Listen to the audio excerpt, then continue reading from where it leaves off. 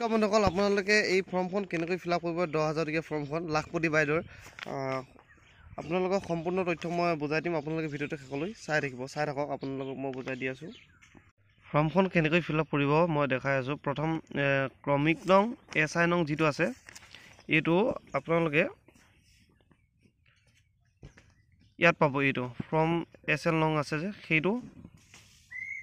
এই ক্ৰমিক নঙত বহাই দিব চাই লওক এই ওপৰত এইখন ফৰ্মখন ক'ত পাব আপোনালোকে ভিঅ সেক্ৰেটাৰী তাত পাব আৰু আত্মসহায়ক গোটৰ নামটো আপোনালোকে প্ৰথম মানে আত্মসহায়ক গোটৰ সদস্যৰ নাম আছে যে আপোনাৰ নামটো লিখিব ইয়াত লিখা আছে ইন কেপিটেল লেটাৰ বুলি ডাঙৰ হাতেৰে লিখিব লাগিব ইংলিছত তাৰপিছত আত্মসহায়ক গোটটোৰ নাম লিখিব লাগিব আপোনালোকে ইয়াত ডাঙৰ হাতেৰে সকলো ডাঙৰ হাতেৰে লিখিব লাগিব আত্মসহায়ক গোটৰ MIS কোড বুলি এটা আছে যে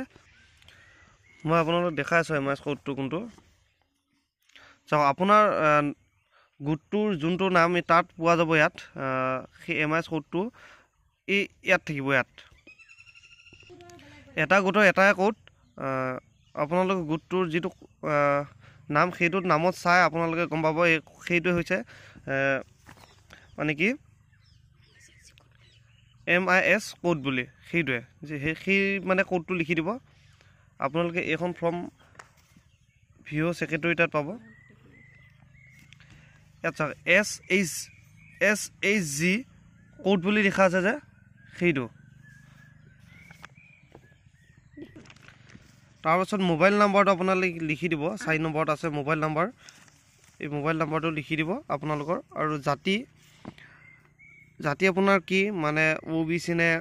ST আপুনি কোনটো জাতি সেইটো মানে তাত টিক চিন দি দিব আবেদনকাৰী মৰাণ মটক জনগোষ্ঠী হয় নেকি যদি হয় আপোনালোকে হয় বুলি লিখিব আৰু যদি নহয় তেতিয়াহ'লে নহয় টিক চিন দিব আবেদনকাৰী চাহ জনগোষ্ঠী অন্তৰ্ভুক্ত হয় নেকি নহয় বা যদি হয় হয় বুলি দিব যদি নহয় নহয় বুলি দিব আপোনাৰ বেংকৰ একাউণ্ট নম্বৰটো দিব বেংকৰ নাম দিব আৰু বেংক একাউণ্ট নম্বৰটো দিলে আধাৰ কাৰ্ড তাত লিংক হৈ থাকিব লাগিব তাৰপিছত শাখাৰ নামটো দিব IFSC কোডটো দিব আৰু গাঁও ভিলেজ প্ৰথমখিনি হোৱাৰ পাছত আপোনালোকে নেক্সট পাৰ্টটোত যাব নেক্সট পাৰ্টটোত দেখাই আছোঁ গাঁও পঞ্চায়তৰ নাম লিখিব আপোনালোকে আৰু উন্নয়ন খণ্ডৰ নাম লিখিব উন্নয়ন খণ্ড মানে আপোনাৰ অঞ্চলৰ ব্লকৰ নাম লিখিব লাগিব আৰু গাঁও পঞ্চায়ত যদি লিখে আপোনালোকে তাত টিক চিন দিব বা গাঁও পৰিষদ উন্নয়ন লিখিলে তাত গাঁও পৰিষদৰ উন্নয়নৰ টিক চিন দি ইয়াত আপোনালোকে লিখি দিব ঠিক আছে তাৰপিছত উন্নয়ন খণ্ডৰ নাম লিখিব জিলাৰ নাম লিখিব বিধানসভা সমষ্টিৰ নাম শেহতীয়াকৈ সমষ্টি পুনৰ নিৰ্ধাৰণ আয়োগৰ প্ৰতিবেদন অনুসৰি বুলি আছে যে আপোনালোকে সেইটো চাই ল'ব বিধানসভা সমষ্টিটোৰ নাম লিখিব কাৰণ নতুনকৈ বিধানসভা মানে কি পুনৰ নিৰ্ধাৰণ কৰা হৈছে সেইটো আপোনালোকে ভালদৰে চাই ল'ব আপোনালোকে কি পৰে আৰু সেইটোৰ ওপৰত ভিত্তি কৰিয়ে আপোনালোকে ইয়াত লিখি ল'ব ফটোযুক্ত ভোটাৰ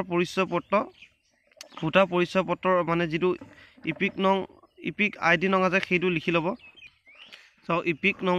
ID নম্বৰটো মানে কি জানেনে এইটো আপোনাৰ ভোটাৰ পৰিচয়ত পাব এইটো CNF এনেকৈ আপোনাৰ তাতো থাকিব আপুনি এইটো চাই তাত বহাই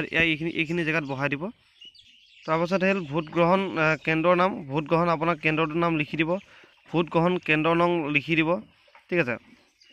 সন্তানৰ সংখ্যা আপোনাৰ কিমান আছে 2 জন 3 জন সেইটো আপুনি ইয়াত লিখি দিব উল্লেখ কৰি দিব বিদ্যালয়লৈ যোৱা 3-4 বছৰ বয়সৰ কন্যা সন্তানৰ সংখ্যা যদি প্ৰযোজ্য হয় তেতিয়াহ'লে আপোনালোকে ইয়াত লিখি দিব ঠিক আছে বিদ্যালয়লৈ যোৱা যদি আছে আৰু যদি নাই বুলি লিখি দিব আৰু বিদ্যালয়ৰ কন্যা সন্তানৰ নামভৰ্তি কৰা হৈছে নে নাই যদি কৰিছে তেতিয়াহ'লে হয় বুলি দিব আৰু যদি নাই কৰা তেতিয়াহ'লে আপোনালোকে নহয় বুলি দিব যদি হয় হয় বুলি দিব নহয় যদি নহয় বুলি দিব অমৃত বৃক্ষ আন্দোলন ৰোপণ কৰা গছপুলিকেইটা জীয়াই আছেনে যদি আছে তেতিয়াহ'লে হয় বুলি দিব আৰু নাই যদি নাই বুলি দিব তাৰ পাছত যদি নহয় সেই ঠাইত নতুন গছপুলি ৰোপণ কৰা হৈছেনে যদি সেই মৰা ঠাইখিনি মানে গছপুলিকেইটা মৰাৰ পাছত যদি আপুনি আকৌ পুনৰ গছপুলি সেই ঠাইত ৰুইছে তেতিয়াহ'লে হয় বুলি দিব আৰু যদি নাই কৰা তেতিয়াহ'লে নহয় বুলি দিব 2021 চনৰ আগতে লোৱা মাইক্ৰ' ফাইনেন্স ঋণৰ বাহিৰে আত্মসহায়ক গোট গ্ৰাম্য সংগঠন মণ্ডল পৰ্যায়ৰ সংগঠন বেংক বা আন কোনো বিত্তীয় প্ৰতিষ্ঠানৰ পৰা লোৱা যিকোনো ঋণৰ পৰিশোধ কৰা হোৱা নাই নেকি? যদি আপোনালোকে 2021 চনৰ আগত কোনো আপোনালোকৰ গোটটোৱে যদি লৈছে মানে কি ঋণ, তেতিয়াহ'লে সেইটো আপোনালোকে পৰিশোধ কৰি আছে নাই? যদি কৰিছে আপোনালোকে সেইটো লিখি দিব, যদি হয় হয় বুলি দিব, আৰু নাই যদি কৰা নাই বুলি দিব। তাৰপিছত পুঁজিৰ দ্বাৰা গ্ৰহণ কৰিবলগীয়া অৰ্থনৈতিক কাৰ্যকলাপ। ইয়াৰ আগতে আৰু এটা কথা কওঁ, আপোনালোকে ভোট গ্ৰহণ কেন্দ্ৰৰ মানে যিটো ভোট গ্ৰহণ কেন্দ্ৰৰ পুলিং ষ্টেচন নং, সেইটো কেন্দ্ৰৰ নংটো আছে যে সেইটো ইয়াত পাব, ভোটাৰ কাৰ্ডত পাব শেষৰ ফালে। ইয়াত পাব আপোনালোকে এইটো চাওক, এইটো 195 কাঢ়ি পাৰি, কিন্তু মাজে সময়ে চেঞ্জ হৈ থাকে, আপোনালোকে সুধি ল'ব এইটো। তাৰপাছত হ'ব আমি পুঁজিৰ দ্বাৰা গ্ৰহণ কৰিবলগীয়া অৰ্থনৈতিক কাৰ্যকলাপ। ইয়াৰ ক্ষেত্ৰত আপোনালোকে কি বিজনেছ কৰিব সেইটো শেষৰ ফালে লিখা আছে, আপোনালোকে ইয়াত চাই ল'ব। ইয়াত আপোনালোকে কি পালন কৰে, কোনটো পালন কৰিব, সেইটো কোনটো মানে বিজনেছ কৰিব, সেইটো আপোনালোকে ইয়াত টিক চিন দি সেই ঠাইত আপোনালোকে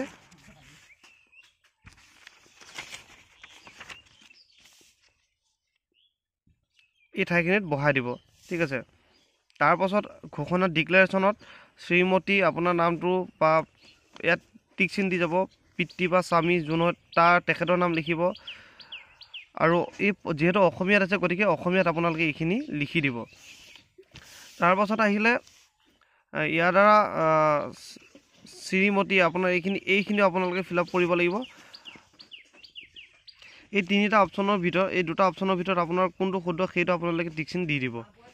ঠিক তেনেদৰে আপোনালোকে এইখিনি লিখিব, পঢ়িলে আপোনালোকে গম পাব, তেনেই ইজি। আৰু প্ৰথম ইয়াত ইংলিছ আছে, যিহেতু এইখিনিত ইংলিছত লিখিব লাগিব। প্ৰথম আপোনালোকে অসমীয়াত যিদৰে লিখিছিলে এইখিনি, ঠিক তেনেদৰে আপোনালোকে এইখিনিত বহাই দিব ইংলিছত, আৰু এইখিনিতো ঠিক তেনেদৰে বহাই দিব, মানে কি ছেকেণ্ড এইখিনি যেনেদৰে এই ছেকেণ্ডখিনি যেনেদৰে লিখিছিলে। তাৰপাছত আপোনালোকৰ ফটোকেইখন মানে কি GPS কেমেৰাত তোলাৰ ফটো হ'ব লাগিব, সেইকেইখন ইয়াত ধুনীয়াকৈ জোখ হোৱাকৈ বহাই দিব দুখন, মানে যিহেতু গছপুলি দুটা ৰোৱা গৈছিলে সেই দুইটা ফটো ইয়াত বহাই দিব আপোনালোকে, ঠিক আছে, ফটো তুলি।